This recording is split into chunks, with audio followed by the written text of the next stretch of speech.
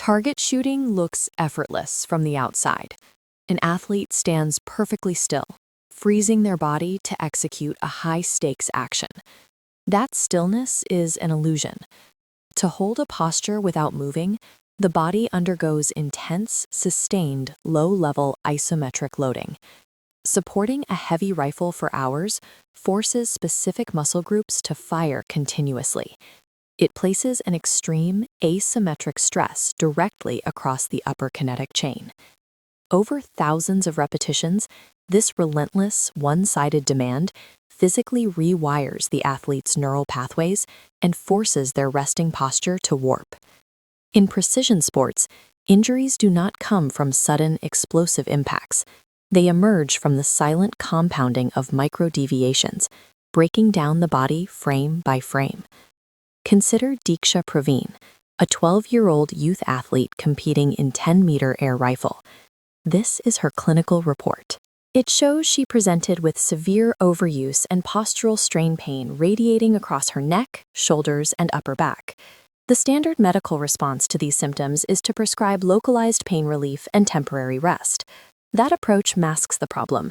The moment she returns to the firing line and resumes her exact stance, the mechanical stress resumes and the pain returns.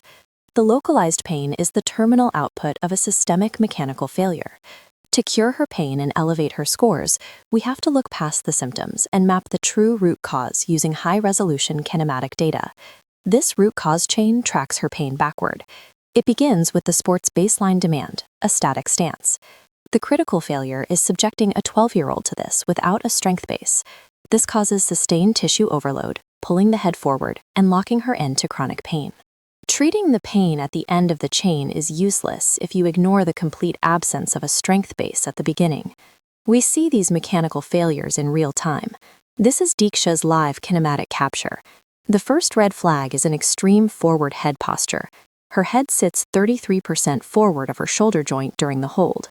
Suspending the heavy human head that far forward acts as a lever, multiplying the strain on her cervical spine.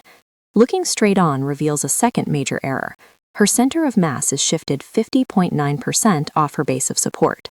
Leaning that far outside her footprint forces her to balance the weight of the rifle using her fragile neck muscles, instead of driving the load down into a robust lower body.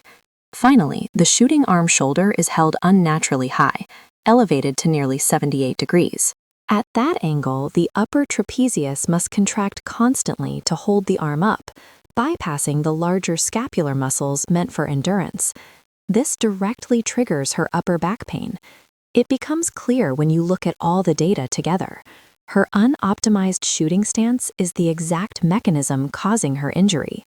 These severe mechanical compensations don't vanish when she puts the rifle down. The hours spent in this position permanently rewire her resting posture.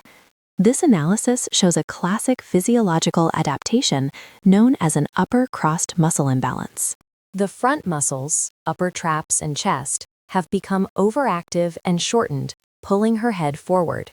Meanwhile, the opposing lower traps are lengthened and have essentially shut off. This muscular tug-of-war acts as a structural anchor, locking her cervical spine into a forward-leaning posture permanently. The adaptation is deceptive. Her posture appears normal when she is fully at rest, but the moment cognitive or physical load is applied on the range, her form degrades right back into this crossed pattern. The upper crossed syndrome is a rigid physiological barrier. Until it is corrected, a stable, pain-free hold is mechanically impossible. We know what's happening in the neck and shoulders, but to find the hidden driver of this instability, we have to look down at her lower kinetic chain. Her limb symmetry index, or LSI, exposes a massive discrepancy in her balance. When standing on one leg with her eyes closed, her right leg sways more than 3 times as much as her left leg. This means she has a severe right side proprioceptive and neuromuscular control deficit. Her nervous system is struggling to stabilize her right side. A swaying, wobbly lower body translates immediately into a drifting rifle barrel. Every millimeter of sway in the legs causes the sights to drift off the target.